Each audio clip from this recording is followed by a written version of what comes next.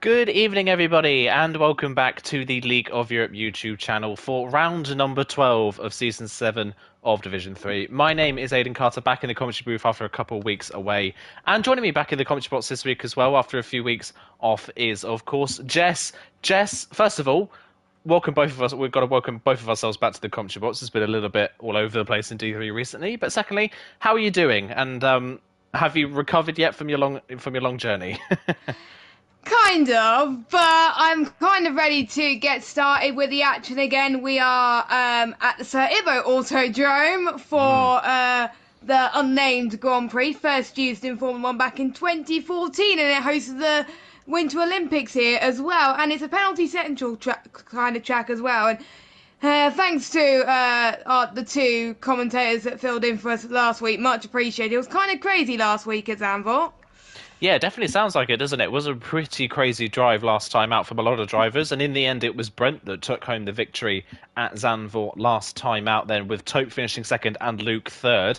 And with those three drivers finishing on the podium, it has really closed up the championship standings as of late. Whilst Rick did get a second place finish in Belgium a couple of rounds ago, he's had two DNSs in the last three rounds, which means that his lead has been slashed to 13 points and he's still leading the championship just ahead of RJ at the moment. But RJ recently, since his win in Saudi Arabia, has not finished inside the top five since. So for RJ, it's been a little bit of a struggle recently, hasn't it? He started off the season really, really well, has 3 wins under the belt, and then ever since the 7th round of the season, just hasn't shone. No, it hasn't, and it's allowed the Current to increase the gap a little bit as well. And if he wants to stay in that championship fight, he doesn't want to let the likes of Tope and Luke close in as well, because Luke had a good race last time out with a third place. Of course, we've got Brent, who won last week with a commanding win as well, and Tope finished second. So we've got to watch out for the top five as well as Bakura and RJ, because they are catching up very, very quickly too. And there's also some certain people to think about who also had bad races. Of course, we had Cam, who ended his point streak last week with a DNF, and there was a few other DNFs as well from some drivers that we were expecting to be quick. So they're looking for redemption this week. Yeah, definitely looking for redemption, like you say. That's running through quickly the rest of the top 10 of the standings, and it is Tope in third, only 4 points now behind RJ. So Tope started off the season really, really well, had a dip mid-season, but is now back on form. He's had 3 top 5 finishes in a row now, with a 5th, a 3rd, and a 2nd in the last 3 races of the season. Luke up in 4th. He's only a further 3 points behind Tope there. And Brent is 5th at the moment. He's on 97 points currently, so he is 37 points off the championship lead, but there is still plenty of time to go in this championship, and he is also on a very good run of form as of late, with 3 podiums in the last 4 races. Beyond Brent, it is Darry, the second Williams, in 6th place, ahead of Old School. Rex, who is in 8th, ahead of Cam K, like you said, wasn't able to continue his points run last time out, so he is... That means that there's now no driver in Division 3 who has scored points in every race so far this season. And Bunty rounds off the top 10, obviously picking up a win in Belgium, and only the 5 points last time out for him in Zandvoort. So it's kind of been a little bit of an up and down season for a lot of drivers at this midpoint, you've got to say. We're just waiting, I believe, for one driver to join the lobby. We shall wait and see who it is. But the crazy thing really about this season has been that we started off the season, of course, with J. Cole being in this division, dominating the proceedings. But ever since J. Cole has left, we've had 9 different winners in 9 races. That is a pretty staggering statistic.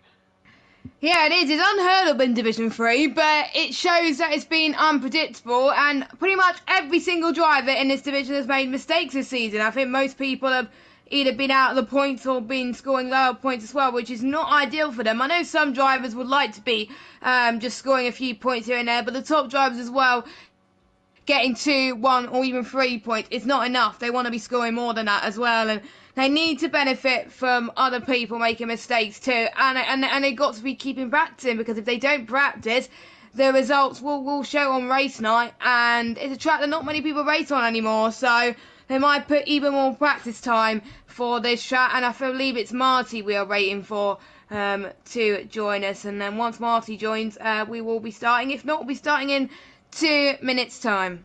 Yeah, just waiting for the second LP driver then. That, like you say, that's who we are waiting for. We'll talk a little bit about the Sir Ibbo Autodrome, as we will refer to it tonight. Of course, Jess has already mentioned that we have renamed it for, I'd say, pretty obvious reasons, of course. But beyond this track not being raced a lot already on this game, and this track now featured for the first time on this game in LOE, of course, it wasn't featured on the calendar last season.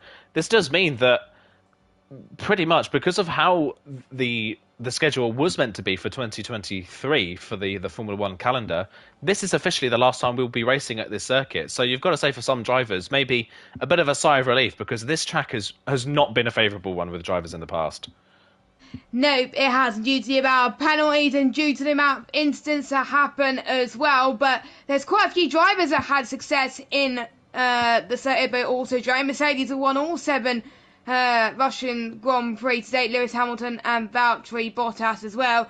And I think Lewis Hamilton won from Lando Norris. Lando Norris' win was cruelly taken away due to him staying out on the wrong tyres when it was very, very wet. So it's a bit of a shame that Lando Norris didn't get his win, but his first win is still coming, and even though kind of doing quite well this weekend in real life as well, and it is the 4th longest on the current F1 calendar behind Spa in terms of track distance as well. So these drivers are going to be on top of their toes as well. But luckily, these drivers don't have to worry about too much tyre dead, because it's an easy soft mean. The softs can last, I think, 15 laps. So if they get damaged quite early on, they can go onto the softs again pretty early on. If they start on mediums, if they start on softs, then they can pretty much get the mediums till the end of the race, which is good to see as well. So we got everyone in. We're about to get started, and we should be in for a good qualifying session. And knowing where we are in Autodrome near the Black Sea, it has a tendency of raining quite a lot. So who knows? We may see a change in the weather. Yeah, we could see a change in the weather, like you say. We haven't really had a weather-affected race for a while, so it would be maybe nice to see. But we have got a full grid of drivers, which is great to see. So 20 drivers on the grid today, and you may have noticed some changes as of recently. We have had, well, across the league, really, quite a shuffle round in our reserve orders, so there are quite a few new names to look out for this evening. Of course, we've got Easy at the top up the timesheets. Of course, he raced last time out in Zandvoort, but he is new to the division, of course. We've got Senna in the Aston Martin today. He is a new driver. FRL Parrot and FRL Charlie, the 2 drivers in the Ferraris, of course. I believe they have moved into full-time seats, actually, in those 2 Ferraris, so we should be seeing those for the rest of the season. So 4 drivers, really, that are new. Of course, like I said, Easy's he's not brand spanking new to the division, but he is still new. So a lot of new faces, and it adds kind of a new dynamic, doesn't it, having new drivers in there for these drivers to battle with. And it could be, like we've mentioned, maybe a few new threats, maybe, to these Division 3 drivers. Yeah, as well, and they can't become complacent, because with these new guys coming in as well, even though they join midway through the season, they've got a point to prove for next season, because the F1 2022 game will be coming out very, very soon, and they want to improve on their pace as well. And if they can show they can be quick right off the bat, then that may put off the championship contenders. It may force them to make a mistake. It may force them to lose out on points they potentially could have gained without them being there. We don't know. We don't know what these drivers can do. This is our first time experiencing them. So we'll have to wait and see what happens. We've got quite a few drivers on the medium compound tyre, so it is going to be a dry qualifying session, even though it's quite overcast at this moment in time. But the soft should last quite a long time anyway, but you don't really want to be on old tyres for qualifying, so that's why you want plenty of softs to your disposal. Pretty much almost everybody is out on the track now. We'll see what they can do as well. I don't know what lap times we could be expecting. I would say probably into the low 131s, 130s, but I'm still out of the loop in terms of lap times, because literally I've only did my notes like half an hour ago. But we'll see what they can do. I think Charlie will be, actually no, it's I think a Mercedes and another Ferrari out on their laps first, but I think Charlie's the 3rd one to start his lap time, so we'll see what they can do. Yeah, that's right on board with Charlie, actually, so he goes across the line then. 18 corners around this Autodrome circuit. Then turn number 1, not really a corner, it's just a flat-out kink in a straight. And, of course, this will feature as the long run into turn 2 at the start of the race. Famous, of course, for really good overtaking on the first lap of the race, and then that's about it. As we head through turns 2 and then turn 3, the little kink, into turn number 4, the long 180-degree left-hander, easily flat out with modern Formula 1 cars in towards turn number 5, and this is the end of the first sector. Then we'll see what the first sector is like for Charlie. The gap between the mediums and the softs is around 0.6 to a second in the delta, depending, of course, how confident you feel on the medium compound tyre. Through the kink of number 7 and into turn number 8, we've already had Rex out of the session, so the car just behind Charlie on the road has dropped it coming out of turn number 6 and has put the car in the wall. So already a driver out of the session as Charlie heads through the DRS detection point for the second DRS zone on the track. Down the back straight, DRS, of course, very powerful at this circuit. That will be a strong feature in this race. We'll DRS, and we'll see a lot of DRS trains this evening as he heads down towards the kink of 13 and then into turn number 14. The start of the third sector then gets much more tight and narrow through here, much more resembling of a street circuit. This is technically a street circuit, but it's a purpose-built street circuit, which is more common to what we're seeing nowadays with the likes of Miami and all that joining the calendar as we head now towards turn 18 and 19, the final 2 corners on the track. Then through turn 18, don't hit too much of the sausage curb on the inside, as likewise with every corner on this track. And then round the final corner, very short run to the line, and it's a 31.3 from Charlie on the medium compound tyre, which is a pretty decent first effort on the medium tyres, and that will save him a set of softs for the race. Bunty goes behind 0.7 of a second slower. Chill, first driver on the softs, still slower than Charlie, a 31.4 from the Alfa Romeo. As across the line comes Taupe to go 0.3 of a second faster on the medium compound tyre, a 31 flat for the Williams driver. And you've got to say for Taupe, that's not a surprise. He's probably been the standout in qualifying all season long.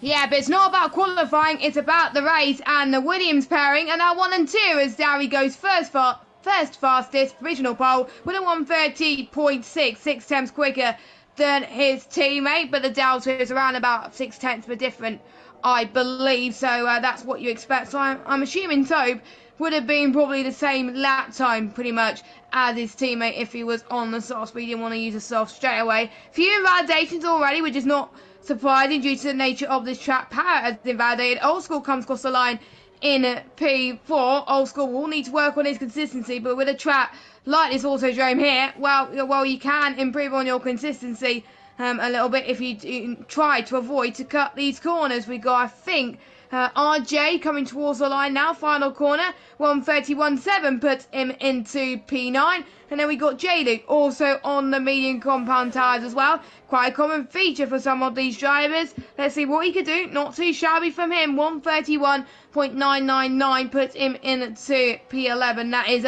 pretty much all the medium runners that have run so far, apart from Brent, last week's race winner. He is on his outlap. Everyone else, I think, is on their inlap or going into the pits. Yeah, pretty much everyone going into the bit. Bunty has crossed the line for a second time on his medium compound tyres and found half a second on that second run. So a 31.4 from the Alfa Romeo driver. And so far, real split of strategies in this field, of course. The majority of people that are on the medium compound tyres are likely doing this to save a set of softs for the race. Of course, if there's a late safety car, a fresh set of softs could do you the world of good around a track that is as easy to overtake as this one. But a real split in half pretty much through this field, and the field is pretty much mixed up between soft and medium runners. It's 2 softs followed by a medium, then 2 softs followed by a medium, and then followed by a soft runner. So a real mix of drivers throughout the field. Parrott has gone again in the Ferrari on his same set of soft compound tyres, so we'll see him in the middle sector. We'll see what the Ferrari driver can do. His Ferrari driver teammate at the moment currently 6th fastest, the 2nd fastest driver on that medium compound tyre at the moment as Parrott comes through the second sector split, and it's a 4.5, which is pretty solid through the middle part of the lap for the Ferrari man. Runs a little bit deep into the braking zone of turn number 14, but just about gets away with it. It's a quick chicane, so you don't lose too much by running deep there. The off-camber left-hander of turn number 16, probably the most difficult corner on the track to get right because of the camber of the track. Through the final 2 corners then comes the Ferrari. Where can he put the car on the grid at the moment? Currently without a time. Around the final corner comes Parrott, and he goes up into P3 with a 31 flat on his second lap on the soft compound tyres, so just behind the Red Bull of Easy. And Darry still holds the fastest time at the moment by 0.3 of a second. Yet again, Williams showing strong in qualifying, but at the moment a few drivers will still yet to see times from, one of those being Brent, who you've got to say is probably one of the favourites coming into tonight. I think he has the momentum from last week. He knows he could still fight for this championship as well with not many rounds to go. And I think he's on form at the moment, so he can't make any more mistakes. But he's on the medium, so don't expect him to be on pole straight away. But he'll go on the softs a little bit later on. As speaking of that, he actually goes into the pit. So he has aborted his lap. Will be going on the softs very, very shortly. And we're seeing Noah J going through turn 3, heading towards turn 4 as he starts here one of his laps. I think he invalidated his previous run, so it's his first proper time run. And I've just noticed as well, it's getting a bit more clear at the moment here at Ibbo Autodrome. I think it's getting a bit more hotter in terms of track temperature as well, which means the track will be evolving, so more people will be out there very quickly as Parrot has retired, and that is that in the, I think that's middle turn 11 and 12, I think. Yeah, it is. Turns 11 and 12 is where he dropped it, so I'll go on board with Noah J actually to see. Oh, he's right in the middle of the track. Noah Jamie about the way. Luckily, his ghosting's on, but that's a weird place to bin it, don't you think? Very weird place. He's either lost it so far down the straight and had a tank slapper, and the crash has carried on for the best part of 50 metres down that straight, or he's had a collision with another car. That is a very weird place to drop the car, so I'm sure we'll find out about that one later. But that's a shame for Parrot. It was a strong first run for the Ferrari drivers, so his qualifying session already coming to an end, so he'll have to recover in the race, as will Rex, of course, who didn't set a time. He crashed out early on in the session. He's been on a good run of form recently, 2 fifth-place finishes in the last 2 rounds, as Noah J crosses the line to go P7 on the soft compound tyres at 31.2, but still only 2 drivers at the moment in the 1 minute 30s. We're expecting a low 1 minute 30 for pole, maybe a 0.3 or 0.2 is probably where we could see drivers heading towards in this session. I believe we've got more people on laps now. Senna's just crossed the line to go for his second run on the soft compound tyres. Marty currently on a lap, but he has invalidated through the final part of the lap. And Mats is on a lap coming towards the end of the run now. Is the AlphaTauri driver, so we'll see where he can put the AlphaTauri as he comes around the final corner a little bit wide, goes P11 for the time being. And fair to say, the alternate strategy here, being P11, maybe not that favourable. Like you said, the tyre wear around here, not really a factor. So if you get stuck in a DRS train early on, it's actually pretty difficult for those on the alternate strategy to make headway in this race. I tried that in a few races I did around this circuit, starting on the mediums, ending on the softs, and it was not ideal, and the only way that it helped me was a safety car. If there's no safety car, it'll be best to start on the softs, stay on those for a long time, maybe go for the mediums, but we will see. We are not the strategists around here. The drivers obviously know what they're doing. So I think Noah J has aborted his lap, I think. Yes, he has. So he'll probably go either into the pits or try out again. Expect, I think, a few drivers to go on a few laps on these tyres due to the tyre degradation around this track. I think Brent's going again on his lap to see if he can try again. He's on the mediums again then. So I'm guessing he didn't have that much tyre life from his first run to go out, and he's probably not going to use it that much in the race, so why not? That's why most people have done it, I think, because you're probably going to be using the softs for most of the race. So Brent's coming towards the final corner now, about to start his lap, and we'll see how he can manage this lap on the mediums, which will be 6 tenths slower than the likes of Darien Tote, I believe, at the moment, but at a lower fuel mode. So let's see if he can be competitive. But the others, as Dowie comes across the line in P1, 130.5, a few tenths quicker than its previous best, and just pipped Tope as well. We've got a few more people coming across the line. We've got, I think, one of the Alfa Romeos. We've got Chill up to the line on some old softs, actually. No, fresh softs, I believe. So Chill comes across the line in P10. I think he doesn't improve on his lap time. Brent's on the softs, I believe. I'm so sorry. I thought he was on the mediums, but I was looking at best not tyre. So we'll see how much he can improve. But I think Brent could be up there. But he does seem to be struggling a bit more. So I think this may not be his quickest lap.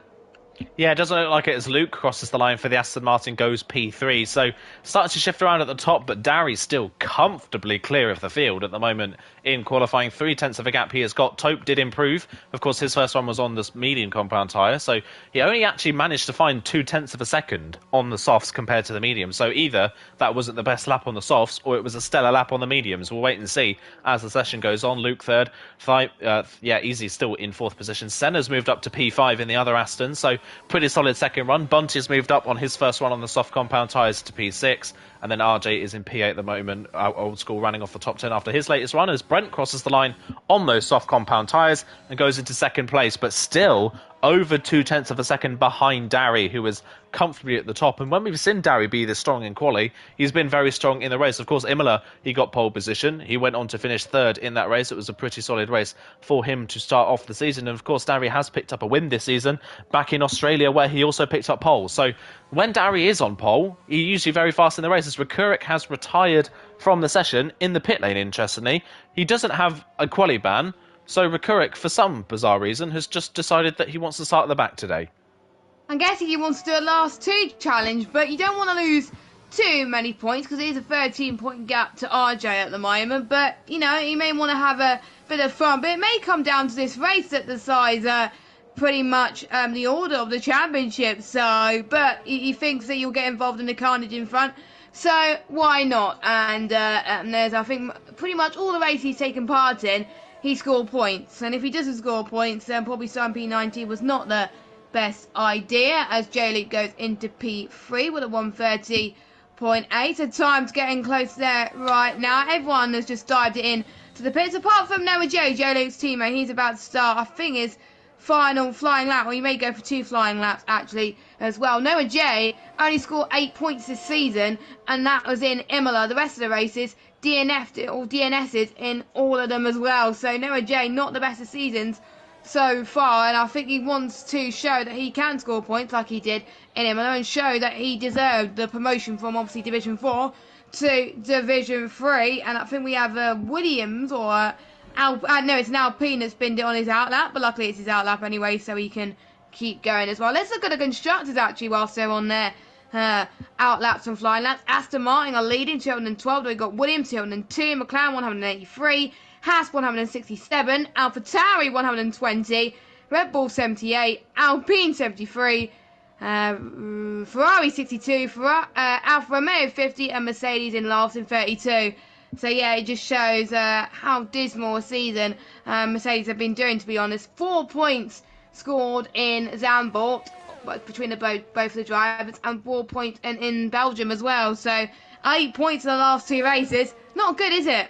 No, really not good, like you say. And Noah J has had the pace this season. We've seen him multiple times running inside the top 10. But, yeah, finishing a race has been really difficult so far for Noah J this season. He has had, I believe, 7 retirements. So far, 6 retirements, sorry, so far this season. One other finish that wasn't the points finish in Imola was at France, and he didn't finish in the points. So not particularly had a great season, like you say. And he's dived into the pit lane at the last minute. So he clearly wasn't happy with that run. He's dived in. He's going to get a fresh set on with just enough time left in the session. Taupe then will be the first person on their final run in the session, but he's half a tenth of a second down in the first sector, so hasn't found any time as of yet. We'll see them through the middle part of the lap. It's usually the final sector where you see drivers make the most time. It is the trickiest sector with the most commitment needed, so that's where you'll find it. Taupe has improved slightly in the middle part, but he's still 1,000th of a second down on his personal best. We did mention earlier on he'd only found 2/10 from his medium run to his soft run, and at the moment it is looking more like it was a strong medium run more than anything else, because he doesn't seem to be able to find that much more time on the soft compound tyre as he heads towards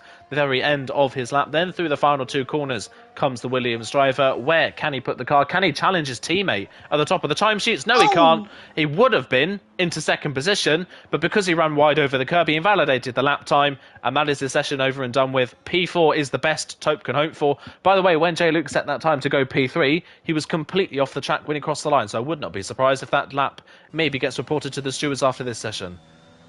Yes, there was a few stewards updates that was posted earlier on to make sure they do not cut the corners in qualifying, and if people see this happen, then they've been advised to report it, and severe cutting on the track in qualifying and potentially in the race as well will result, well, pretty much in qualifying will result in a qualifying ban. So I wonder if the drivers have read the briefing or just glimpsed through it, because I definitely read it and that's what it said. So yes, I think the drivers will be keeping an eye on that, especially if J-Luke does very well. So we've got, I think, Senna, who has invalidated his run. We've got Luke, who I think is on a run as well, but I think we've got one of the Red Bulls that's going to cross the line first.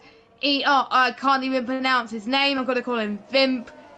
Easy Vimp. I don't know, but he's come across the line to start his flying lap anyway. We got the Aston Martin of Senna then. He's a few, I think he's about 2 seconds down. Yes, he is, so he's not going to improve. I think we've got Darry about to start his final run then, to see if we can clinch pole position. And we got the AlphaTauri of Brent, who's also going to do the same. Yeah, pretty much everyone is on their flyers, apart from Charlie maybe. Yeah, he's on a flyer as well. So final lap, it is crunch time, calm before the storm.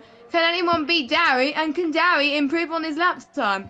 Well, Luke is looking pretty strong on this lap so far. 4/10 of a second up by the end of the second sector. Can he nail the final part? Throws it in nicely to the final corner, but he lost time in the final sector, and it's not pole for Luke. Topa's retired in the pit lane, as you would expect. Second is the best that Luke can hope for. We've still got people coming to the end of, well, coming to finish their outlaps and start their final runs, of course. Bunty, Noah J, and Cam K out on the track at the moment, trying to come to the line in time. Chill will be next, I believe, to cross the line to finish a lap. Crosses the line, only 13th for the Alfa Romeo. 31.1 is the best that they can manage. Across the line comes the Red Bull of Cam K, who missed the cutoff point to start the final run. So Cam K, 17th is the best that he can hope for. Noah J has invalidated his final run. YHYY backed off of his final run and didn't set the time. So that's his time over and done with. Easy across the line. He does exactly the same thing that Tope did. Ran too wide at the final corner and invalidated. His session is over and done with. I think Marty's had a spin in the final sector, so he will not be improving.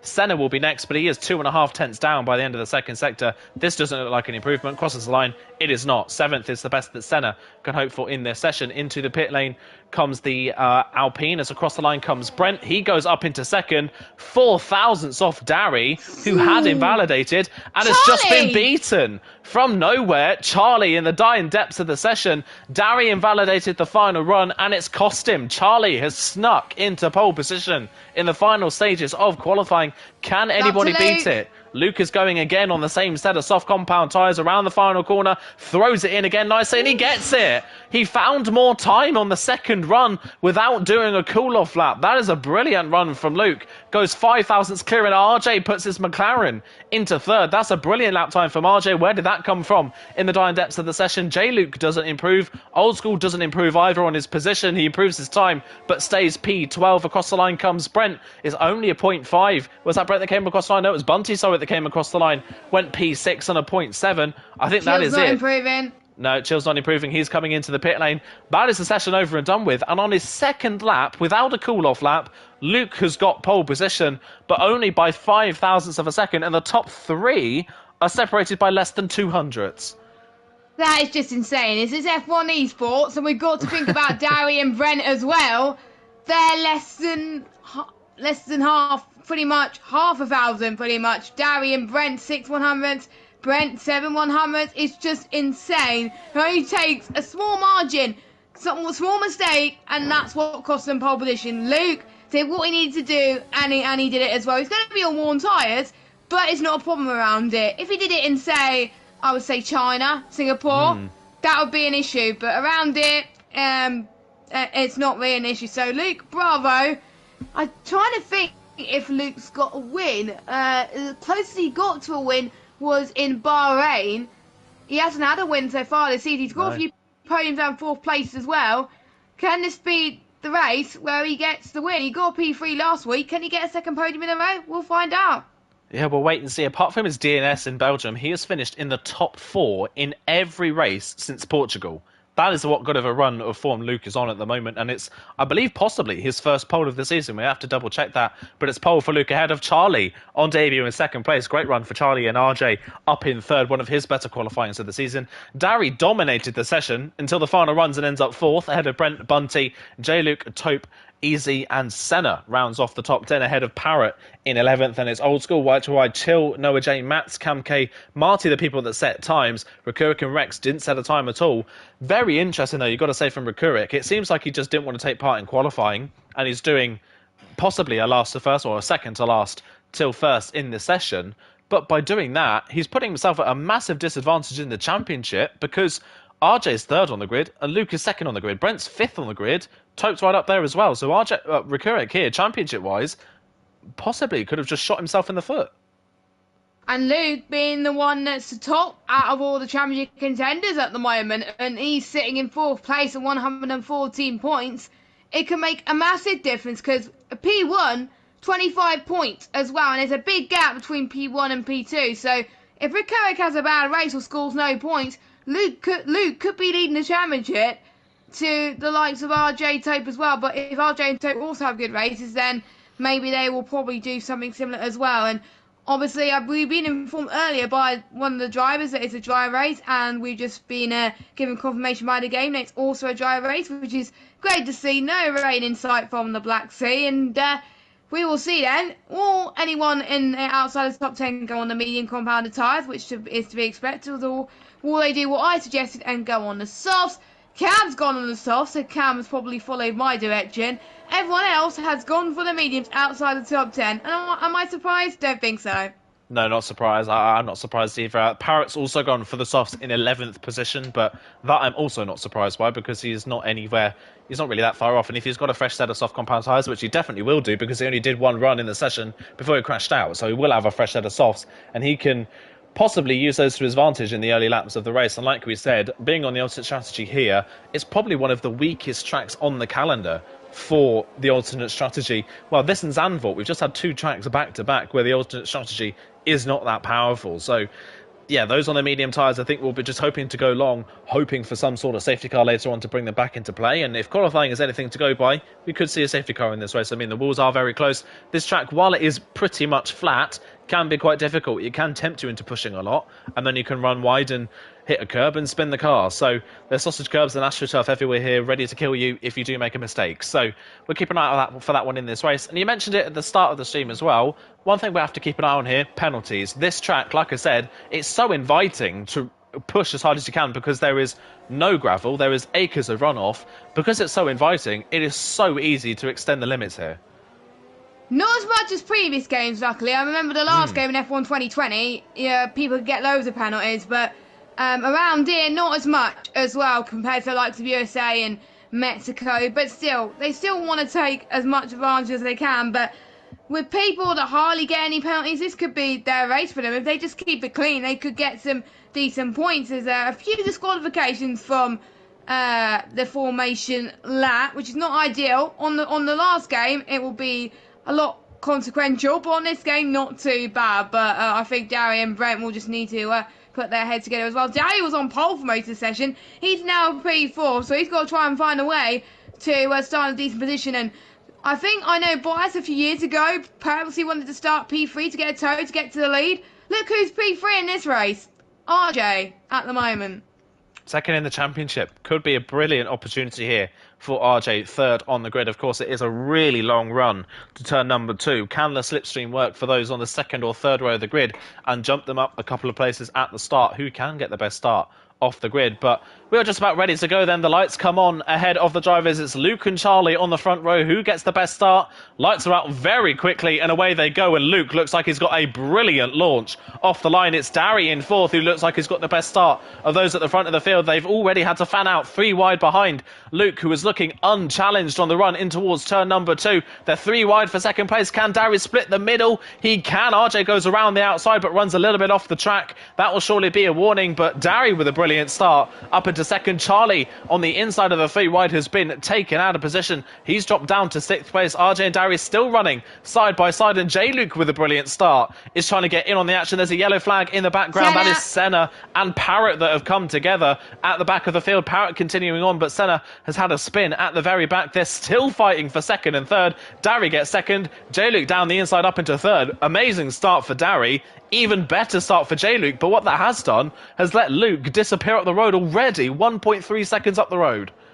I think Luke is turning into J. Cole for just a little second because he's an Aston Martin driver, just like J. Cole was back in the day in Division 3, and doing quite well indeed. Rex and Maya having a scrabble in the background. Rex actually had a good start from his starting position. I think he didn't qualify. He's up into 5th position as we got Brent and Charlie trying to go side by side into the breakers at turn 13. 40 heading towards turn 15 as well. Toby's trying to make up for lost time as well. Bit of contact there. Bit of argy-bargies going on from the field. Charlie's lost a bit of ground now. Toby's going to try and get the left-hand side line. I'm seeing a Ferrari dive into the pit. I wonder if he's got damage there. I think he does. So, yeah, he's going to change onto the medium tyres. But like I said, mediums last most of this race, if not all of it. So he should be...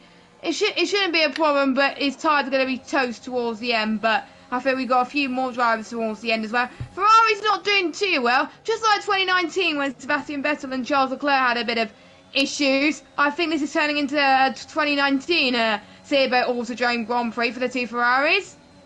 Yeah, definitely is at the moment. It's all kicking off at the front of the field. Bunty's missed turn 2 and 3, and as they go across the escape road, that has put Brent right on the back of the Alfa Romeo. By the way, the damage for Charlie came. He was battling, of course, side by side with Brent, outbroke himself into the next corner and slammed straight into the back of the Alfa Romeo and broke his front wing. Of course, Parrott getting that damage with the contact early on in the race with Senna. So no surprise that both Ferraris are into the pit lane. Mats, Noah J and Rex, the other 3 that came into the pit lane at the end of lap 1. So 5 drivers pitting for a front wing change. Luke still leads, 1.3 seconds clear ahead of Darry and J. Luke, 2nd and 3rd. RJ 4th. They've split from the pack at the moment. It is Bunty in 5th ahead of Brent 6th.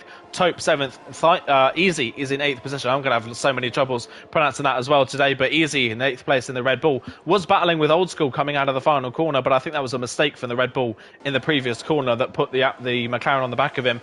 Old School, though, the leading medium runner at the moment with White Hawaii just behind, and then a 2-second gap back to Chill, and Rekurik already up to 12th, trying to make it 11th as Chill runs a little bit wide. Rekurik down the inside, no problem whatsoever. He's up another place. He's up into 11th from 19th on the grid. Into the pit lane comes Camcate as well for an early pit stop. That might be a strategy call. It might be a front wing change. We don't know. But like you said, the mediums can go pretty much the full race distance. So I wouldn't be surprised if it is a strategy call. White Hawaii, the other Haas driver, down the inside of Old School on the run up towards turn at number 2. Can he get the move done? Brent and Bunty going side by side. Brent's got the move done on Bunty. He's up into 5th place, but crucially, well off the back at the moment for battle for seconds. So the field is really spread out. Chill's now had a spin coming out of turn number 2.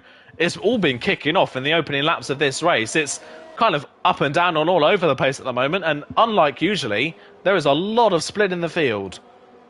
Yeah, so it's not as close as we would have thought compared to what we saw in qualifying, but there's just people making mistakes. And I did see Cam's pit stop. It was for a change in front wing, so he must have lost it somewhere unnoticed, or he may have picked up damage in the lap 1 incident. We don't know. So he's in 19th at the moment, but he doesn't have to stop again unless there's a safety car. We're now at a DRS detection point for the Williams, and he's not even close to Luke right now. He's 2 tenths off, so he's losing a bit of time, and J. Luke's closing in because of that as well. The DRS gains about 2 or 3 tenths to the car in front too, so the long run into turn 1 and 2 could be beneficial for the Mercedes drivers. Same with the likes of RJ2. Brent not so much because he's out of DRS. Bunty and Tope can try and get some moves done as well. This is going to be a DRS strategy game at the moment as well, in particular between turn 1 and 2. So it's DRS zones follow quite closely ahead of each other. We got obviously turns 1 and 2, and then we obviously got turn 11 and 12 too. But we'll see what these drivers can do. J. Luke's trying to go for a move on the right hand side in towards turn 2, heavy braking zone. I think Bunty's trying to do the same thing perhaps really earlier, but J. Luke gets the move done up into P2. Bunty does the same thing and up to P5. Noah J's out the race, and we've got a safety car. I think that's due to Noah J's retirement, and that continues Noah's poor run of form. It's another DNF to add to his collection. What a shame. Yeah, number 7 of the season then for Noah J in terms of retirements. J. Luke got that overtake timed perfectly, didn't he? Got the move done, and then the safety car came out for his teammate's crash. And what this has done has massively helped those on the regular strategy, because they can pit for the mediums from here and go to the end of the race. So those on the mediums will be fairly happy with this. I think Luke, though, maybe might not be too happy. He had a comfortable lead, and that is going to put the likes of J. Luke, Darry, RJ, and especially now Bunty, Brent, and Tope right onto the back of him again. So I'm sure Luke's maybe not too happy with the safety car. The drivers that will be those that were at the head of another train further down the field, like Bunty and J. Luke. So we'll see who comes into the pit lane then at the end of this lap. But a fairly chaotic opening few laps of this race then. A lot of things going on, and in the midst of it, a lot of people have made amazing starts in this race. We'll have a quick look at the positions gained in these opening phases of the race. J. Luke is up 5 places from 7th on the grid. He's had a brilliant start to the race. Old School's up 3, White Hawaii is up 3, Rekurik is up 8 places, Marty is up 6, and of course the bigger Sousa, Charlie, from his front row start, he's down 12 positions into 14th position at the moment. So a lot of up and down at the moment. Not a single person has stayed in the place they started, apart from our race leader Luke at the moment, but that might be about to change as people come into the pit lane. Does anybody stay out? Yes, Old School and White Hawaii on the mediums staying out as you would expect. Of course, they started on those tyres, so not a surprise they're staying out on the track. It should be Luke still in the lead of this race coming out of the pit lane. There will be a few delays in the pits for some drivers double stacking, but Luke comes out comfortably still in the lead of this race, and only 4th on the track, so for him, not too bad. Not a lot of traffic in front of him.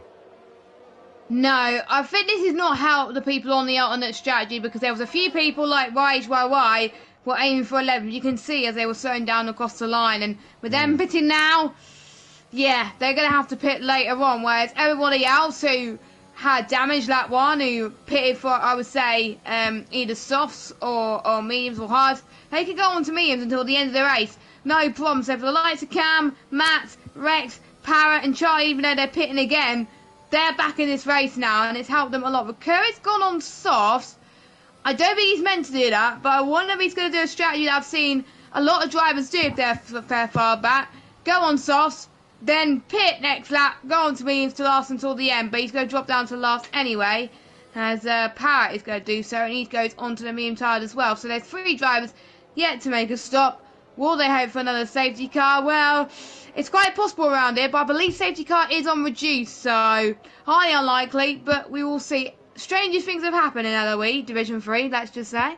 Yeah, stranger things definitely have happened, like you say. And of course, well, we've already had one retiree from this race, and it's caused a safety car, and we had a fairly chaotic opening few laps of this race with 5 people pitting at the end of lap 1 for damage. So, I mean, at the moment, it's possible another safety car could come out. That could play into the hands of Old School HY and Marty later on. That's, of course, if they hold position in the early phases. But HY was definitely faster than Old School. They were just kind of in a train behind easily, and they were being able to stick in position. And Marty well down at the back of the field after the opening laps of the race. So we don't really know what their pace is, and we don't know how forceful Luke is going to be in these opening phases. Does he want to get past these 2 drivers in front as quickly as possible to try and build a gap and try and put some cars between himself and J-Luke, or does he just sit behind and wait for them to pit? We shall wait and see. Rakurika won't be surprised if he comes into the pit lane for a second time, which he is doing. I'm not surprised by that. I think he's come in, put the softs on, and then we'll go back onto the mediums, because that means he's technically done his mandatory stop in this race and doesn't have to pit again. What it does do, though, is unwinds all of the good work he did in the opening couple of laps and puts him right down at the back of the field again. Senna's retired in the pit lane, unfortunately, and left, which is a real shame to see. But Rakurik, having gained 8 places on the opening lap, is going to lose pretty much all of them once again as he comes into the pit lane for a second time. I don't think he was meant to go onto the soft tyres earlier on, and that was why he's been forced to pit again onto the mediums, which is a bit of a shame for Rakurik, but at least he can go onto the mediums until the end now. Or maybe it was his strategy planned all along, because he did start on mediums, and you can't do mediums till the end. It won't work. You have to use at least one other tyre compound for the race. If you use mediums, you have to use either soft or hard. If you use soft, you need to use mediums or hard. So, yeah, that's probably what he's doing. He'll get to the end of the race, no problem, but he's got to do what he did in that one, but even better. And if he could do that, he should be absolutely fine. Pretty much everybody is on mediums now. Some on fresh mediums, some on older mediums as well. This could be a very, very good race, especially when the deltas are not too much compared to the length of the tyres. So bring it on. No one's going to be at an advantage, I don't think. The only people at a disadvantage are the ones yet to pit. Yeah, like you say, they're the only ones that are disadvantaged, and their tyres are only 5 laps old, and 2 of those laps are under the safety car, so their tyres aren't exactly worn. They're not going to be too slow in comparison to the drivers behind. We're just waiting for Matt to catch the safety car, and then we should hopefully get going this lap, which would be great to see. A lot of drivers that are going to have to do recovery jobs in this race. Vakurik and Parrot. Rex, another driver, of course, didn't qualify. He'll be trying to march his way forward. Charlie, starting on the front row, is already down to 13th. He'll be trying to work his way forward. Tope down there as well, currently 11th, a little bit out of position compared to where we've seen him all season long. So a few drivers that need to work their way forwards in this race. And there we go. Safety car is in this lap. So Old School now dictates the pace in the McLaren. He'll decide when to go. So we'll wait and see. It's likely he'll probably go with a couple corners left, because you can't leave it to the pit straight because there's no gap between the final corner and the start finish line. So you're likely to go before the penultimate corner. We'll wait and see what Old School decides to do. He's keeping a fairly consistent pace at the moment as he runs towards turn number 18. Does he decide to go before or after turn 18? I think he's going to go after 18. There you go. He goes now just after the penultimate corner through the final corner, and Old School does get a solid restart to this one. Then one person who's had a great restart is Darry, tucked right up behind J-Luke coming out the final corner, but with no DRS for the next 2 laps. he's not really going to mount a challenge. Luke is trying to mount a challenge on Marty as well. J-Luke defending all the way to the inside. Darry trying to look to the outside line, but there's no way through. Brent, though, going for the move on Bunty down the inside very late on the brakes. Does miss the corner, so he likely would have got a warning for that. But Brent has got the move done on Bunty yet again in this race and is up into 8th. Good move there from Brent, especially considering there was no DRS. Tope, another one, trying to get a move done down in 11th position, having to double stack in the pit stops. Has not worked well for Williams. He has now dropped down behind Easy and he's trying to get the move done on the Red Bull. Can't find a way through, but at the front of the field, Old School, pretty solid restart. Yeah, it is. Old School, I think, kept it calm and collected as well because he knows he's probably going to get swarmed in about 5 or 6 laps time. But yeah, he's doing a lot better than I was expecting. Already almost within the 1 second on YHYY, which he is as well. So there is a pace difference between that as well. And I'm looking at RJ. He's not had a bad start as well. Oh my goodness, it's going to be possibly 3 wide. Heading towards turn 13, but RJ decides to not make it 3 wide. J-Luke's gone a bit wide. I don't know how he saved that. That could have almost been a contact into the wall there for the Mercedes driver, but he did not do that. Thank goodness as well. I'm sure it would have invited Darry to go for the move, but he did not. And RJ possibly gained more because of it. So we'll see what these 3 can do. This is a battle for net P2, and all this is doing is allowing Luke to pretty much increase the gap to himself and the other drivers. So Luke's probably loving this, as Luke does get past Marty, and that's another car that Luke doesn't need to worry about for the next couple of laps or so, as Darry almost got the move on the inside from J-Luke into turn 1. Doesn't quite do it. We've got Toby's on the back of the Red Bull driver. I don't think he's going to get it done then, but you never know in this corner with turn 3. It's so hard in the dry, but in the wet it's even harder. Thank goodness they're not in the wet condition right now to head towards turn 4. Not many places you can overtake in this section of track, so I think there's going to be a possession for a little bit. We're going to be waiting for the next DRS zone, and look, 1.1 seconds between Old School and YHYY. So yeah, YHYY, he's pretty much a sitting duck at the moment. Same with Marty, as Luke's got ahead of him. So Luke, I think, would want to get ahead of the top 2 anytime soon in order to break the train of the likes of J-Luke, Darry, RJ, Brent, and pretty much everyone else behind him. Yeah, next time we go down the pit straight, DRS will be enabled, so Luke could get the move done on YHY down the pit straight. J-Luke trying not to waste any time looking at Marty, but not close enough. On the restart, at least, though, J-Luke not looking as confident on the mediums as he was on the softs. He was kind of squirreling all over the place in the middle sector on the restart. Seems to have got a handle on it now. One driver who's looking very racy is Brent, currently in P8, looking for a move on RJ into the off-cambered left-handed corner, but wasn't able to get down the inside, so sits back for the time being and waits for another opportunity then as we head in towards the next lap. DRS is enabled. Luke sets the fastest lap as unexpected, and he is crawling all over the back of Haas of YHY. And look at that, Luke breezing around the outside of turn number 1. No contest whatsoever, up into 2nd place. J-Luke at the same time breezes past Marty and up into 4th. Darry can't get the move done at the same time, and then now breaks himself and hits the back of the Alpine. That's surely damaged the wing. RJ is wide off the road trying to avoid the Williams, and that has just put Brent through on the inside. Brent has already passed RJ. He is up a place and now trying to get past Marty. That was like the parting of the Red Sea for Brent there. RJ got forced wide because of the damage for Darry, and of course Marty being slow. Brent ended up gaining 2 places in one corner there and is now up into a net 3rd place. Yeah, this is argy-bargy with these midfield drivers at the moment, wanting to get into a net podium position right now, but only 3 drivers can do it. Cam has got past Power up into P15. Don't forget the top 12 do score points here in Eloise, just to make it a little bit more fair, as another person has lost position, and that is Rex as well, with how close it is. Brent's trying to get past Marty, which he does on those fresher tyres, so he's going to try and fight back from J-Luke as well. RJ does exactly the same things, but Marty is trying to have a go because he knows he's going to be staying on the mediums for quite a long time. But I thought the medium runners will pit at the end of this lap, really, because the softs can last 15 laps, like I said. So maybe in this lap they want to go on the softs so they could be on softer tyres for longer and trying to capitalise with that strategy, but it's pretty much not going to happen at the moment because they want to stay on those tyres until the end. The only ones we have to pit are Old School and YHYY, and I think Marty, yes, as Old School has been passed by Luke, and Luke is now the race leader, net race leader, and on track too. So he's going to concentrate to try and make sure he can keep it out. At the moment, it's looking likely. We're getting Fim and Marty hang about. So is Charlie as well.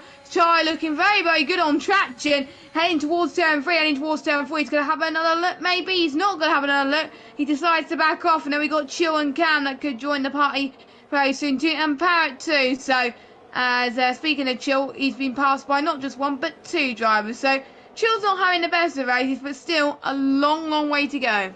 Yeah, long way to go, like you say, and a lot of carnage there being caused by Marty just plummeting through the field on those older tyres at the moment, down to 11th from 3rd at the restart, really struggling for pace. Is our driver Luke now into the lead and has 2 cars between himself and J-Luke, so it's looking strong at the moment for Luke. While it was looking maybe not that great for J-Luke, that whole situation behind him of Darry hitting the back of Marty's car means that he's now got a comfortable gap back to Brent. So J-Luke in a comfortable net P2 in this race at the moment. So looking pretty strong for J-Luke. We've said this time and time again, though, this season that J-Luke's on for a strong finish, and we've jinxed him. So touch wood, that is not the case tonight, but J-Luke looking fairly strong. Brent trying his hardest to get back within DRS range of the Mercedes as he's held up behind White Hawaii and Old School. Old School, I think, might be just about to lose DRS to Luke down the pit straight. I think he has. So White Hawaii and J-Luke could be fast here. Taupe now with the fastest lap of the race. Here comes J-Luke then, going to go for the outside line on the run up towards turn number 2, but White Hawaii has a better car in a straight line and more ERS.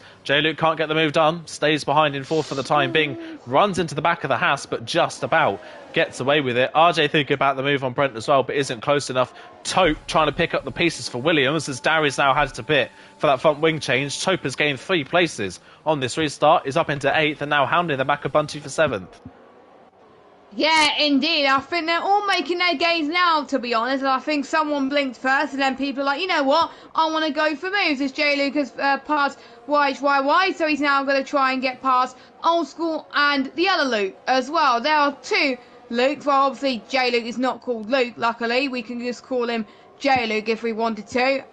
But, you know, he's still got a shot of winning this race as well. Old School, I think, is not doing very, very well to catch up to Luke on those 5-lap-old. Medium's only just hit the wall a little bit, so he's probably lost a bit of time as well. RJ's trying to get past Brent on the inside into turn 13. He does it, makes the move stick, and he's now up into 5th place. Brilliant stuff from him. He can take the lead of the championship if he keeps it up, because Recurrent is only down in 14, and you don't get points for 14. So this is good for him. I think I'm trying to look at the championship standings at the moment. The highest driver out of everybody is RJ. So, no, actually, no, it's Luke. It is Luke. So it's going to be quite close between Luke and RJ in the championship standings, I believe, as well. I will probably do the math, but I'm not good at math, so we'll have to wait and see. J-Luke then, his final target out of the one who's still left to pit. He gets past Mark quite comfortably into turn 2, clips that apex quite nicely, and now he's going to start to challenge Luke for the race victory as well. We'll see if he's a challenge for Luke, or is he not? Well, only one way to find out. We've only got, I think, pretty much half of this race still to go. They have to stay on those mediums to the end, but we will see if they can go the distance. They should do, but we will have to find out very, very shortly. As Rex is starting to set fastest lap, so he's getting to glory. He won't get any points though if he does get it. Only the people in the top 12 get fastest lap points if they did, but yeah, he's just going to go for the glory anyway on those soft tires. I don't know why he's gone for the soft tire. Oh yeah, softs can make a difference from here, couldn't he? So maybe a good bold strategy call. Maybe he's predicting a late safety car. Possibly a late safety car, and if there is one, you can still jump back into play, can't he? So we'll have to wait and see. RJ trying to get the move on White Hawaii, but isn't close enough to the Haas to make the move stick. Further down, Recurrent gets past Marty, so Marty down yet another place in this race into 14th position. Recurrent's next target is Camke in the Red Bull. Chill thinking about move down the inside of Marty as well, trying to get the move done and drop Marty down another place. Marty really struggling tonight in the Alpine, doesn't have really any pace at all, but Chill can't find a way through for the time being. Charlie on the last lap as well got the move on easy in the Red Bull and is now up into 9th. So Charlie continuing his comeback through the field after the shenanigans for him on the first lap of the race. He's start to march his way back up the order at the moment. Tope is still hounding the back of Bunty, and look at the straight line speed the Williams has, even with the DRS open on the back of the Alfa Romeo. Nothing Bunty can do. Tope down the inside, better straight line speed, Tope up a position, and that is a warning sign to the drivers in front. Tope, even in a DRS train with a DRS open, breezed past Bunty down the pit straight. So Tope in the Williams has got a very, very fast car in a straight line, it seems, as they're out all now queuing up behind Old School. Old School just clinging on to DRS lanes or to J-Luke on the pit straight, but I doubt he'll have it by the time we get to the back straight this time around. No, and I think they just got to play it tactically at the moment to see who will gain the most and who will gain the least. And, you know, it may be too little too late, but there may be someone that bins it and he could go back into play potentially, but you never know. It also will be good for Mercedes in the constructors if J-Luke does well, because obviously his teammate had retired. We're looking at RJ right now, actually, to see him going for the move. Is Old School going to think tactically here? He does think tactically. He lets his teammate through. But RJ can't get past YHYY. Again, he's struggling. Ooh. But doesn't Brent spun? And he's tagged Old School with him, almost. So he's probably lost a bit of time and a bit of damage potentially as well, maybe to his end play. And he's now all the way down to 9th place. And last week's race winner is having a bit of a mare. Yeah, a bit of a mare there as Easy's come into the pit lane. I wonder if he's damaged his front wing, and that mess was on board with Old School with that one. It was just very light wheel-to-wheel contact between Old School and Brent sent Brent's car sideways. Nothing really that Brent could have done in that situation. What that has done has massively opened the door for Tope, who in all of that is now up into 5th and a net 4th on the road. So Tope has thrown himself now into contention for a podium in this race, having been fairly nowhere in the early phases. Charlie as well is now right in the thick of it, recovering really well in the Ferrari, now up into 7th place on the road, and his next target, of course, is Old School. So we'll wait and see as Brent continues to try and work his way back through. He gets past Bunty, who doesn't seem to have that much pace at the moment on the medium compound tyres. Does Bunty? Rikurik will be the next driver behind Bunty, and in fact in the last lap and a half Rikurik has passed Kamke and Parrott. So Rikurik on the charge back through, he's up into 10th. Bunty the next target. I wonder though if Bunty maybe got some front wing damage in that whole mess. He definitely has. He's understeering horribly in the middle part of the lap, and Rikurik is through. Bunty definitely seems to have some damage, having to avoid that whole incident with Brent. Yes, unfortunate for Bunty. He's just very unlucky in most of these races so far. He was lucky in quite a couple of them, but again, consistency is key around tracks like this. And I'm quite surprised, actually. We talked about penalties at the start of this race. No driver has any penalties. I go onto the penalty screen, nada, no one. So like I said earlier, probably penalties is a lot harder to get around this track compared to previous games, which is a good thing for pretty much all drivers, or maybe they're just keeping it safe because they don't want to get as many penalties as they can. YHYY comes into the pits. Is he going to go on softs? I won't be surprised if he does. Well, there's the only option because he can't go on hards here at the moment. We've got Tope and RJ going for a move. Tope with the DRS nice and early. Makes the move in turn 1, heading towards turn 2. And he does it with ease. Goes the Williams driver, and he's now going to catch up to the leading bunch at the moment. Charlie as well, can he catch up to RJ as well? I think he's around about 9/10 separating between the two of them. So, you know, Charlie's just proven that you should not give up in times like this because you could get a good result, and he's definitely showing that. And Chill, I believe, I'm just checking the penalties. Yeah, he's the first person to now pick a penalty, so I should just shut up. Well, we got halfway through the race, so we got pretty far into the race before the first one popped up, so fair play for that one. Parrott's got a move done on Rikurik, so both Ferraris actually recovering, having to make pit stops on the first lap for damage, of course. Both Ferraris recovering pretty well at this point in the race, so we'll see what else they can do as the race goes on. But yeah, RJ being held up quite heavily there by YHYY, and then YHYY pitted, so that put Tope onto the back of the McLaren, and Tope could easily breeze past down the pit straight. So it's kind of falling into Tope's lap at the moment. Everybody's making mistakes in front of him, and he's capitalising as Rikurik gets the move done on Parrott, but Parrott's trying to come back around the outside at the very next corner, but he puts himself on the Astro. There's no grip out there. Rikurik holds 8th for the time being. Can Rikurik get within DRS range of Old School through these final two corners, or does Old School decide to come into the pit lane? No, Old School stays out for another lap on his medium compound tyres, but they are looking pretty shot at this point in the race. He's struggling for pace. Brent's passed him on the previous lap, and Brent is already clearing off into the distance. So yeah, Old School really struggling on his medium compound tyres. YHY came out the pit lane 13.5 seconds behind Marty, so YHY completely on his own at the back of the field. It's a long old race left for YHY in this one. He's going to have to maybe hope for a bit of carnage in front to salvage something from this race. Meanwhile, in the lead, Luke has extended the gap over the previous 4 laps by a second. So what was a 2.3 second gap when J. Luke initially got the move done is now a 3.2 gap. And now it's even bigger because J. Luke is the first of our top 10 drivers to get a penalty, which puts Tope and RJ and Charlie all into penalty range.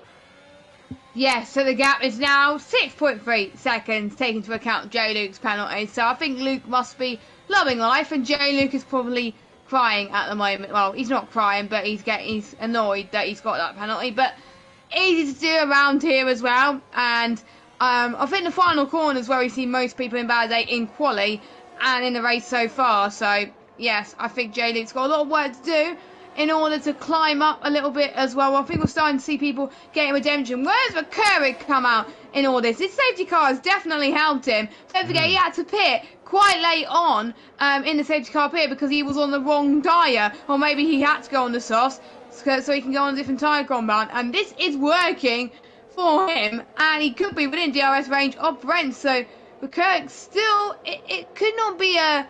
it's not his best race, but it's definitely not his worst race. He can still salvage some points from this. Yeah, it definitely can. It's a bit of a bizarre race as Old School finally pits off of those medium tyres and will come in for a set of softs. Mats has followed him in, so Mats has had enough of his tyres as well. It's been as Tope now gets the move done on track on J. Luke, actually. So Tope up into second. Is Tope the person to try and challenge Luke at the front of the field? But it's a near 4-second gap. Luke is dominating this race at the moment. For such a small quali gap of only 5 thousandths in the race, Luke has looked untouchable so far tonight. But can Tope be the one to try and close in on the back of the Aston Martin? But as I was saying about Recurric, it's been the most unorthodox way to be P7. Started 19th, started on the mediums, had to pit twice under the safety car so he could use a mandatory tyre. And he's still running 7th, so a really good recovery in this race, but it just makes you wonder where he could have been if he'd actually qualified in this session. But either way, it's still a good recovery, and it's limiting the damage at the moment in the championship that his rivals are doing. Pretty much all of his championship rivals are ahead of him on the road. Luke is leading, Tope is second, RJ is a net third, and Brent is just directly ahead of him on the road at the moment. So all of Recurric's championship rivals are ahead of him, but not anywhere near as far ahead of him as maybe they could have been about 10 laps ago. Yeah, I think Recurric is just wanting a challenge at the moment as well, but maybe he wanted to go on the sauce, I don't know. But yeah, I think if he qualifies today, I think he would have challenged Luke and Tope for the win for sure. But it's not about where you qualify, it's where you finish, and Recurric will get quite nicely a P7, but surely he would want a P6 to try and get past Brent in a DRS detection point. So here we go then, on the run-up towards turn 1. Don't forget, like we said earlier, very, very long. He's almost derated, goes Recurric, but this is not going to pretty much hinder him in any way, as Recurric up to P6. Thank you very much. Goes to Haas driver, and he's now going to be in a decent position in terms of penalties as well. He's got to try and close in to get within the penalty range of J-Lib, but that shouldn't be too difficult, but you never know. It's not that long to go till the end of the race. The tyres could start to lose its grip very, very soon as well, because some drivers lose a lot of time due to that as well. Marty's been on those tyres for 17 laps. I believe that's the whole race. Is he the only driver to make a start?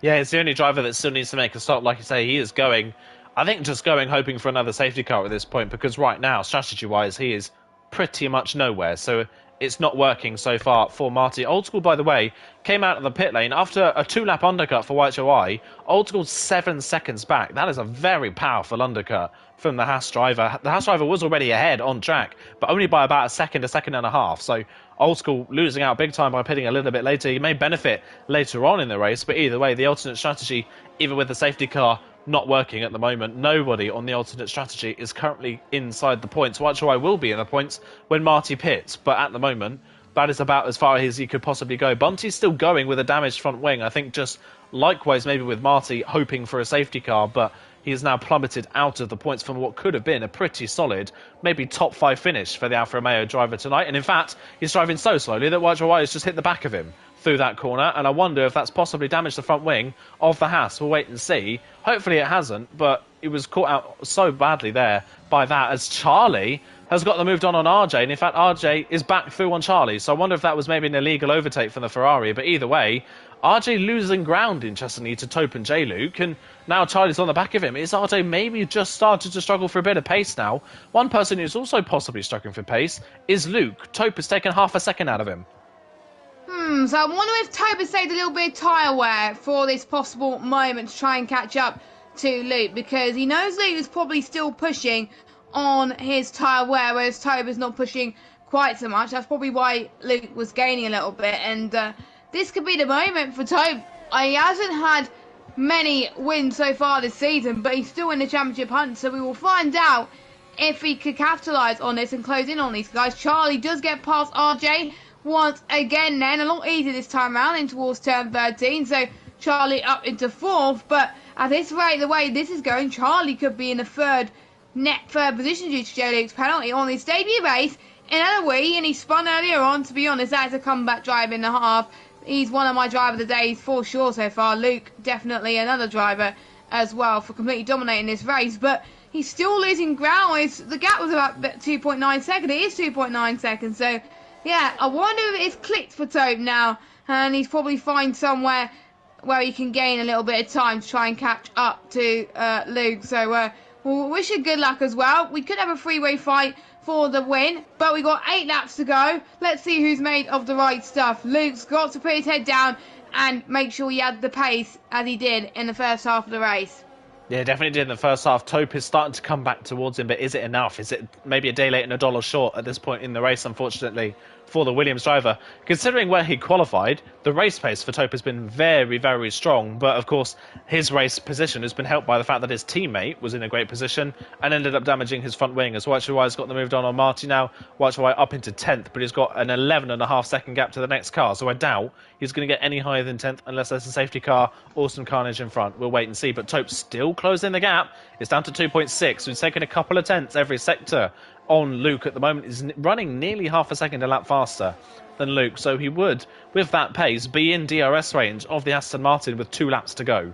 So if he can keep it up, he would be right there, and he's dragging J-Luke with him actually. So I think J-Luke, by sitting behind Tope, is benefiting massively, and while they are closing in on Luke in front, they are pulling away from Charlie and RJ, and in fact Charlie and RJ are losing so much time that they've now been caught by Recurrick, Brent and Parrott. So what was a 4-way fight for second has now become a 5-way fight for 4th. This is absolutely insane with the midfield drivers. This is coming to the final few stages of the race, and it's turning out to be what we saw towards the end of qualifying. So maybe they realise how much is at stake for these points, because if you don't score as many points at this stage of the championship, then pretty much kiss your championship hopes goodbye, pretty much, as you've got quite a few more rounds to go of this championship. We've got obviously Ibbo, Autodrome this week, we've got China next week, we've got I think it's Hungary actually. Next after China, then we've got Canada, Brazil, and then rounding up the season in Abu Dhabi. So not enough time for people to gain in this championship, and this championship could be decided nice and early if the guys like Recurrick don't get a move on. He's going to lose ground in this championship, but he's still in this fight, so don't give up Recurrick. We'll see what he could do as well. We'll keep an eye on any positions gained once again. So far, the biggest gain of Recurrick up 13, Marty up 7, Cam up 8, and Marty still hasn't stopped. What is he doing? I think he's compromising his strategy, to be honest. Is he hoping for... Yeah, he's definitely hoping for a late safety car, but I don't think it's going to happen. So, Marty, if I were you, I would go and box for some new tyres, because I think his strategy is not working at all. Yeah, the safety car doesn't look like it's coming, does it, at the moment? Charlie now with a time penalty as well in 4th. So what could have been a debut podium is now slipping away. He's now got 4 drivers behind him, including his teammate, that are all within range. So Charlie here what could have been a potential 3rd place in this race is looking likely to be an 8th place finish for Charlie, unfortunately, with that time penalty. RJ, does he think about the move on track on the Ferrari? Yes, he does, using his ERS and his DRS. Cruz has passed down the pit straight and up into up into 4th position on the road, but a compromised angle. Charlie's going to come back, and Rakurik here is going to try and benefit on the both of them here. RJ here maybe going for the move on Charlie is put him vulnerable to Rakurik behind, and this will be massive for Rakurik's championship if he can beat RJ on track. Can't get the move done, but it's just costing them more and more time to the drivers in front. RJ having to defend on the way into turn number 6, but Rakurik not able to get the move done. Kicking off a little bit now in this midfield battle, this battle for 4th on the road, but they have now completely dropped. As RJ runs wide, they've now completely dropped from our top 3. Our top 3 have now driven away, and while he was gaining for a few laps, the charge of Taupe has kind of stalled out at 2.2 seconds. Yes, I think Taupe has lost a bit of time, and with Charlie getting a penalty as well, that's opened the door for RJ to try and close in, but I think he's struggling a little bit more as well as J-Luke gets past Taupe. This is very crucial for P2 of this race on track, and for him to try and make sure that he doesn't get the deficit that he did not deserve, in his opinion. So J-Luke up to P2, Taupe down to P3, but it is not over for the Williams driver. He knows he's going to get P3 after penalties, as long as he can just close in on J-Luke. But if he wants to win this race, he's got to get past them. There's one thing closing in on a driver, there's another thing on passing them. As a Taupe, he's going to get past J-Luke quite easily. Yes, he does. I don't think J-Luke's going to be fighting that too much into turn number 2, so Taupe gets P2 once again. We've got Rakurik trying to get past RJ into turn 2, and this is quite huge for Rakurik to try and hope that he gets the lead of this championship once again, and this is what he's looking for, and he's harvesting. Rakurik's harvesting. This didn't open the door for RJ though. He stayed in P6. My oh my, we could be in for a crazy end to this Grand Prix, and I'm looking forward to seeing it. Fimp gets past Old School up to P11, so at the moment, penalties might think differently, but at the moment he's on for some points. At the moment, at least, yeah, definitely, although Dari and Mats, I think, are just within range, so as it stands, both Fimp and Old School will drop out of the points as it stands at the moment. But Luke leading the way, 2.1 seconds to Taupe. I think what J-Luke is trying here is trying to build a gap to Rakurik, because he is almost out of penalty range to Rakurik, which would save J-Luke a 3rd place finish in this race if he can get the gap. So crucial for J-Luke that he tries to hold on to a podium here. It's a great opportunity. It's holding on. RJ just in recent laps has fallen off the pace. He dropped the DRS to J-Luke a previous lap, and then on that last lap dropped the DRS range to Charlie just through pace alone, it seems, and that's allowed Rakurik through. Can Rakurik get back within DRS range of Charlie on this lap? It's looking likely, and that could save Rakurik a podium in this race. What a comeback from 19th on the grid and a bot strategy to finish 3rd for Rakurik. That would be massive for his championship. But yet again, the 2 drivers on form in the championship are Luke and Taupe. They've been on form recently. They've both finished in the top 5 in the last 4 races in a row, barring 2 DNSs, really, for the 2 drivers on 2 separate occasions. In the last 5 races, they've finished in the top 5 every time. They have been on brilliant form recently, and Luke and Taupe continuing their form. We talked about it at the start of the season. It was really a battle between Rakurik and RJ. As of recently, Luke and Taupe now look the strongest drivers in Division 3. Yes, but we could say in, like, say, 5, 6 towards the end of the season, we could see 2 completely different drivers in championship contention. It's wide open between the top 5. You never know. You could see the likes of Brent and Dowie, for example, being up there. But Brent near the back, same with Dowie as well. So a bit of a shame there in terms. Oh, is there? We've had J-Luke. J-Luke's lost it. Oh my word! My oh my!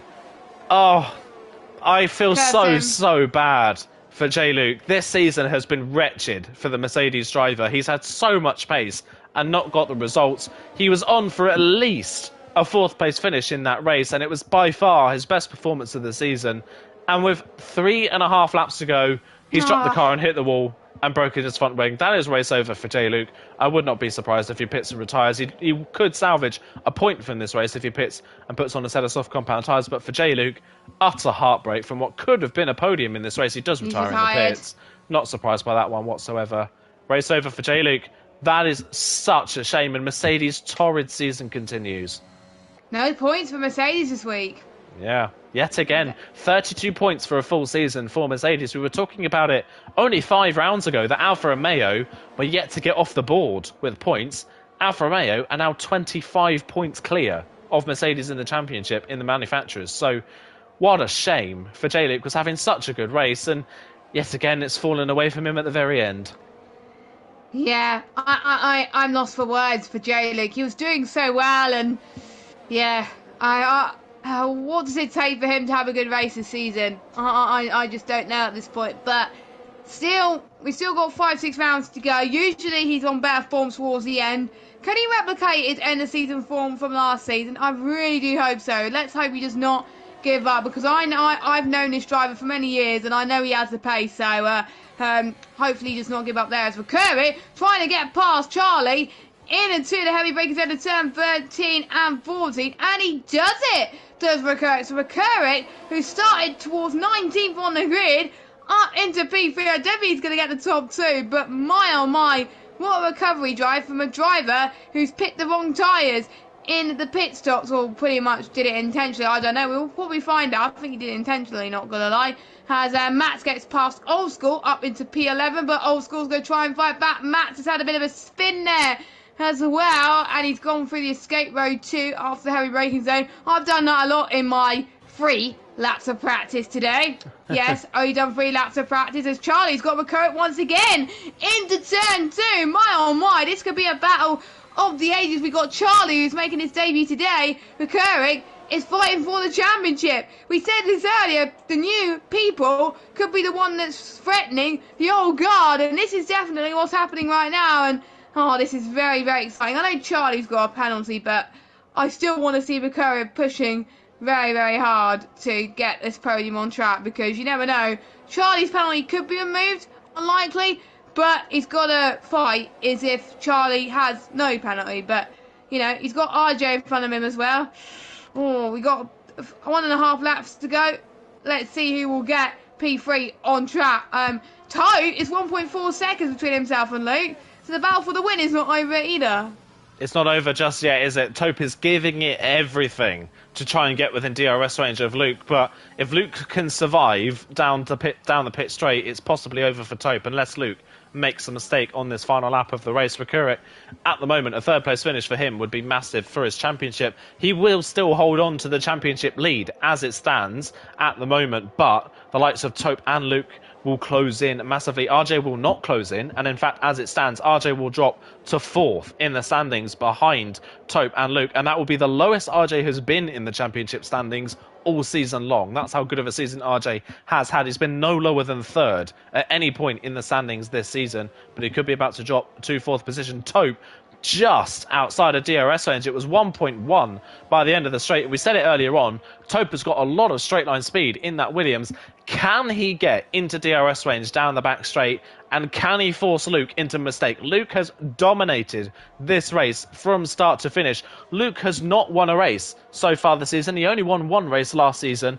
Luke has finished 4th on 5 occasions this season and has only finished on the podium 3 times. He's desperately looking for that first win, but Tope was within range. And the crucial thing is that Tope is also looking for his first win of the season. Despite these two being favourites at the moment in the championship, neither of them have won a race. Tope is within DRS range now, coming down the back straight. It's 0.8 of a second. It's a big gap. He won't get it on the straight.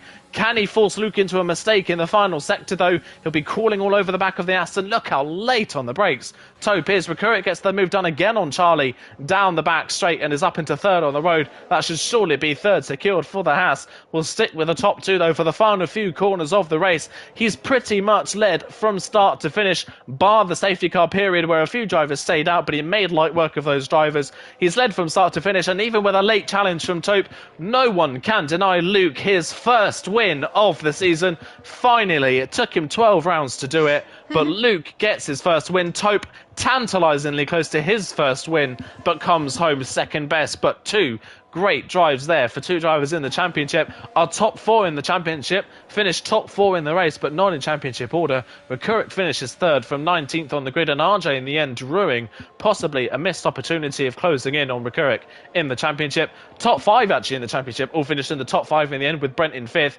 Charlie dropped to 7th with that penalty behind his Ferrari teammate Parrott, but 2 great drives there from the Ferrari drivers on their debut in the championship. Kamke back in the points yet again, completely on his own in 8th place. Whiteshire 9th, Dowry 10th, and then it will be it would be Finn and Old School rounding off the points in 11th and 12th. In the end, though, even with a late challenge from Taupe, no one could deny Luke. He's been faultless. He's been making no mistakes from start to finish. Qualifying, he nailed the strategy with going on tyres which were scrubbed. In the race, he was just unstoppable as well, and he knew he had the pressure from Taupe behind, but no one could challenge Luke today as well. And it was a long time coming, and Luke definitely deserved that. The first Aston Martin driver to win since J. Cole as well, so that is really great to see that Aston Martin is back and could retake the lead of this championship as well. And it's good to see his old teammate J. Cole giving him some congratulations in the Discord as well. So it shows that Luke can win without his old teammate being present, which is great to see as well. Good recovery drive from both Ferraris as well to finish in some decent points as well. So solid debuts from both the FRL parents. I had to say that very, very slowly because I couldn't say that fast. But there we go. Luke is your race winner. Yeah, Luke wins then from Taupe and McCurrick, our top three in that race. What a race for McCurrick as well, from 19th on the grid with 2 pit stops under the safety car on a strategy that on any normal day would not work. He still ends up third. Brilliant drive, and that is possibly a turning point in the championship for McCurrick, that a massive disadvantage in qualifying turned into fairly null and void in the race. We'll wait and see how the championship changes, but Luke should move into second in the championship in this race, and Taupe will stay third, but he'll fall behind Luke and jump ahead of RJ. So it will switch around. RJ in fourth ahead of Brent, who rounds off the top 5. Then it is Parrott in 6th place. Good recovery, like you said, for both Ferrari drivers. Even with that penalty for Charlie, it was still a good recovery from both drivers. Cam Kate in 8th, back in the points, having DNF for the first time. Last time out, he'll be happy with 8th position. White Chawai in 9th ahead of Dari in 10th. What could have been for Dari without that front wing change, without that damage? Dari looked so strong all night long, couldn't get pole, looked very strong at the start of the race, but it all fell apart from him at the safety car restart. It'll be Finn in 11th place, 2 points to his name ahead of Old School, the final points finisher in the second McLaren. Mats misses out on the points along with Marty, who did pit in the end. He did make that mandatory stop, but very close to the end of the race. Rex, who never recovered from the poor qualifying. Chill, who pitted, I believe, a 3rd time in that race. And Bunty, of course, having damage after contact early after Brent and Old School came together. So a long old race for them. J. Luke retiring what could have been for J. Luke in that race. Senna and Noah J, the other 2 retirements in that one. So a pretty topsy-turvy up and down race, but in the end, the top 5 in the championship are the top 5 in the results, and I don't think that's a coincidence. Yeah, I think that just shows, doesn't it, why they are the top 5, because they've been the most consistent and they produced some solid races tonight as well. We thought Brent's race was over, but with him getting hardly any penalties, that's helped him a little bit, so good job on him as well. And this is going to be close between the top 5, and I can't wait to see what happens in China next week. But before that, I think we've got some people to speak to.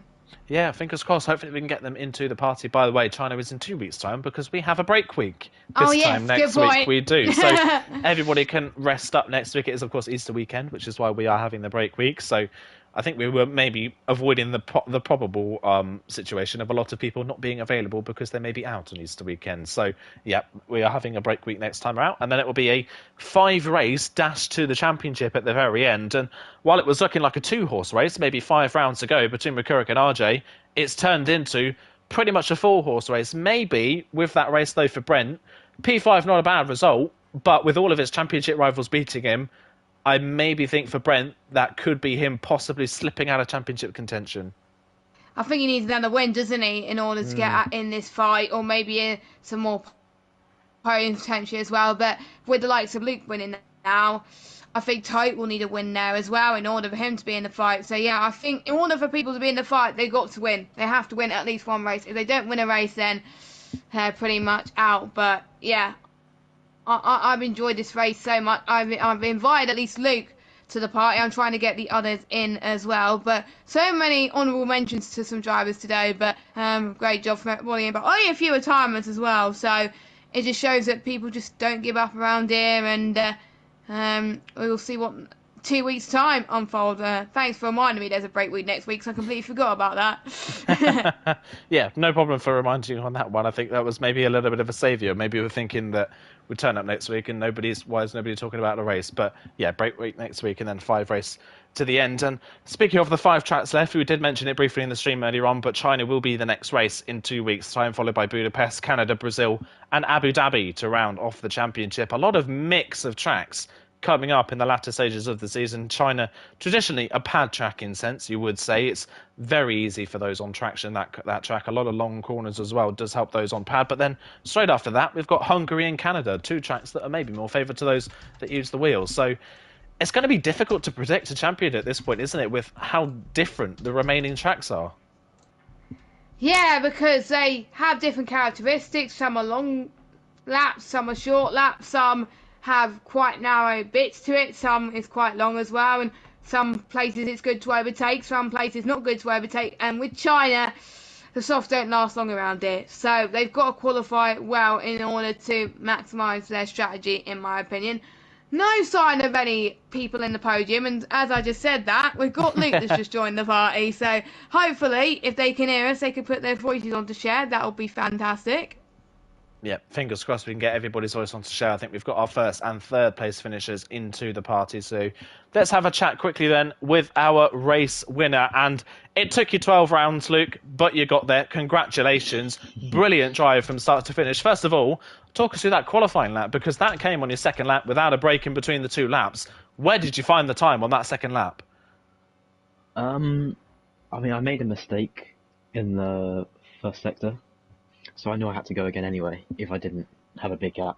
So I was probably going to do it anyway, but I had enough ERS to make it to the line, so I was alright. Yeah, I had enough ERS, and in the end it paid off beautifully from pole position. And the early phases of the race, everybody was battling very hard on the first lap. You had a lovely 1.3 second gap before the safety car came out.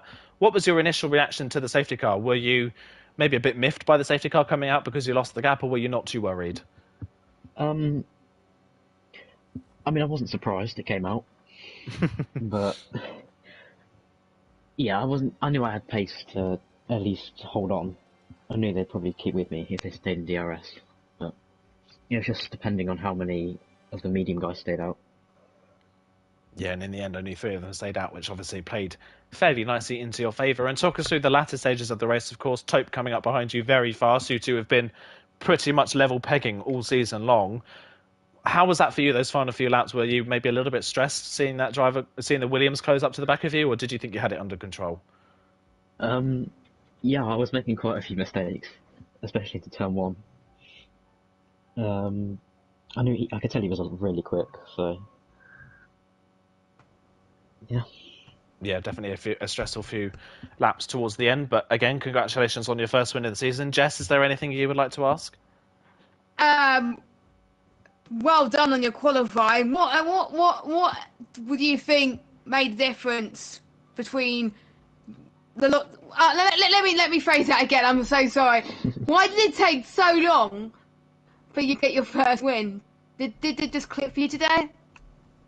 Well, a lot of my best tracks it's rained at. So at Silverstone and Portimao, I was quick in the drive, but as soon as it started raining, I just don't have the pace to keep up with the other guys. Fair enough. That is my question for the race winner.